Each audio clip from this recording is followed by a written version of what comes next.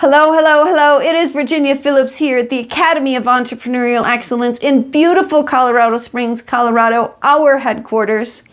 And I am your entrepreneurial coach. Today we are discussing the 10 things that you need to have in place before you start your business. Now I realize there are some of you on here that have already started your business and are curious what those 10 things are. For those of you that have already started your business, stick with me. Let's get those things in place and let's get you on the right track to being professional in your business. For those of you that have not yet started your business, you have no right to start your business if you cannot complete this list. I hear so often from new entrepreneurs, I can't afford this and I can't afford that. If you can't afford the 10 things on this list, you shouldn't be in business. So let's get rolling.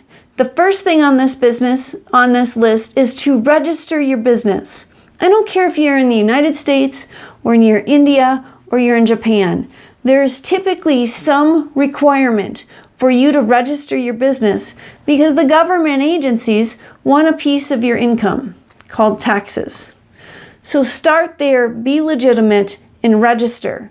Your clients also want to know that you are a legitimate business, and they will go look you up to be sure that you are registered.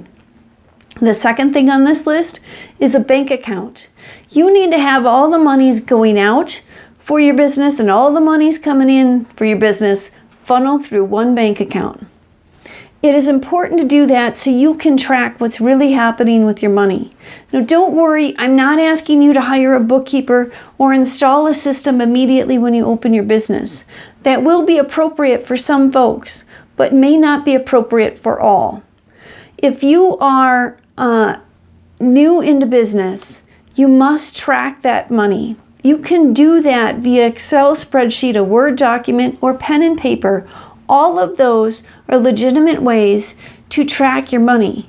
But if they're intermixed with your home finances, it will be hard for you, it will be hard for an accountant, and it will be hard for the tax guy to know what money's where. So separate that from the beginning and pay the extra couple of dollars to establish your account.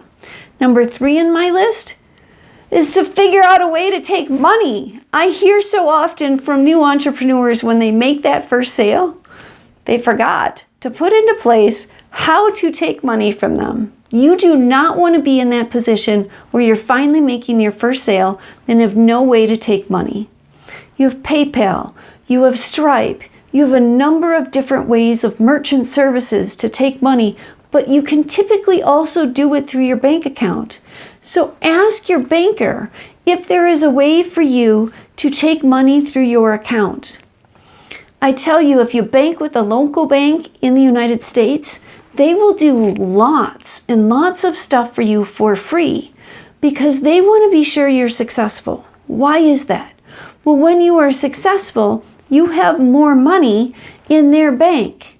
And more money for them means more income for them. So there is a vested interest in them to help you. And because you're local and they're local, they are hoping that you will also send additional referrals their way. Work with a local bank if you're in the United States because there are lots of advantages with that. Number 4 on my list is to get a mentor, and if you can afford it, get a coach. These folks are a great place to go in and ask some basic questions, especially in the days that you are frustrated because something is not working or you're experiencing a hurdle, like your first customer paying you and you don't have any payments, a way to take payments in place. They are great resources for you. So find them and put them in place.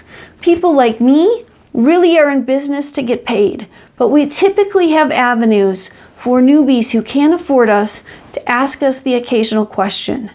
I do that through a Facebook group called Entrepreneurial Excellence. You are more than welcome to join that and learn from the peers and learn from me every single day.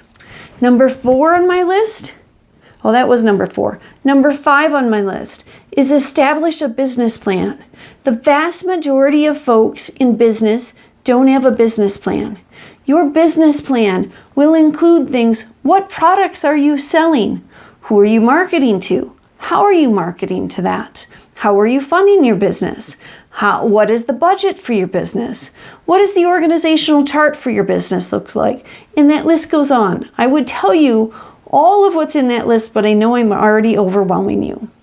So establish that business plan. It is the key to your success in business. Number 6 on this list is funding. I can't tell you how many entrepreneurs open their doors and have no idea where the first dime is coming from to fund their business.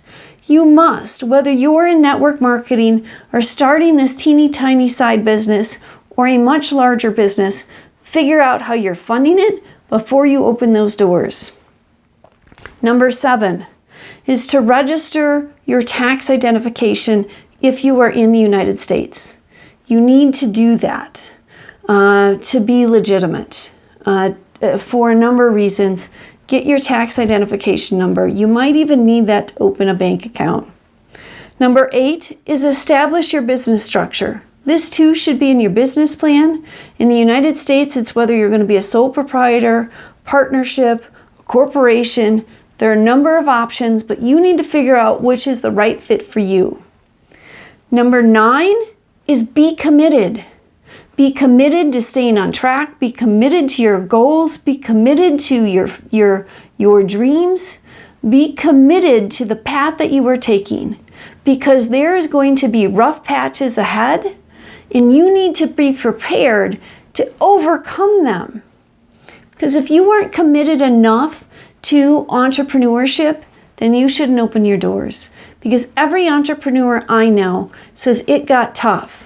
A lot of entrepreneurs will tell you, it got to the place where I didn't know where my next meal was coming from, but I wasn't going to give up on my dreams. I didn't know how I was going to keep the roof over my head next month, but I didn't give up on my dreams.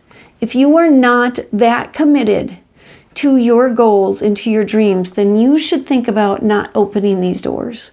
Because you are going to face challenges in the entrepreneur world, and you need to be ready for them. And if you're not committed, there's just no point. And the last thing on my list is decision-making skills. Too slow, too fast, not the right timing, don't know when to launch this. Those that are really good in business make quick decisions and make good decisions. You might not have those skills today, but you must be willing to work on your decision-making skills, because the longer you stay in what I call analysis paralysis, the longer your business will struggle. If you make decisions too quick without enough data, without asking the right questions, your business can struggle. Decision-making is an art. As an entrepreneur, you need to wrap your arms around learning, decision-making, understanding what decisions are working for you, and duplicating that process as you go forward. But so often entrepreneurs put decision-making at an arm's length and just choose to procrastinate on making decisions. And as Tony Robbins says, not making a decision is a decision. I don't want you to be in that place. I want you to be in control with where your business is going by making brilliant decisions. That's all I've got for you today. Those are the 10 things I think you need to have in place before you open your business. I am Virginia Phillips. I am your entrepreneurial coach, and there's so much I have in my repertoire to help you with these 10 things. Please contact me at aoeenow.com if there's anything I can do to help you. Have a great day. Bye-bye, y'all.